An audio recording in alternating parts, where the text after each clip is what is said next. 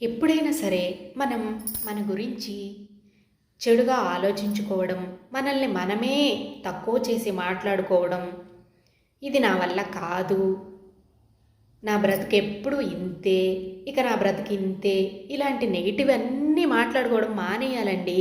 మన సమయం అనేది వృధా అవుతుంది. ఆ విధంగా చేయడం కోసమే కదా ఆ దేవుడు మనకి బోల్డంతమంది బంధువులు ఇచ్చాడు. ఎదురింటి వాళ్ళని, వెనకింటి వాళ్ళని, పక్కింటి వాళ్ళని, ఇంతమందిని సృష్టించాడు తెలుసా మీకు? అయ్యో, ఇప్పటివరకు మీకు తెలీదా? అయితే ఇప్పుడు తెలుసుకొని మీరు మీ సమయాన్ని వృధా చేసుకోకుండా కేవలం మీ మంచి కోసం మాత్రమే ఆలోచించుకోవడానికి మాత్రమే మీ సమయాన్ని కేటాయించండి, సరిపోతుంది.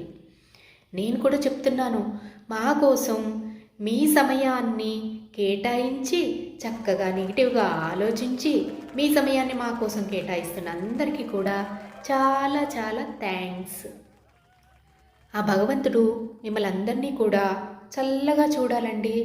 ఎందుకంటే ఇంకా చాలా రోజులు మీరందరూ మా కోసం నెగిటివ్గా మాట్లాడుకుంటూ మీ సమయాన్ని కేటాయించాలి కదా.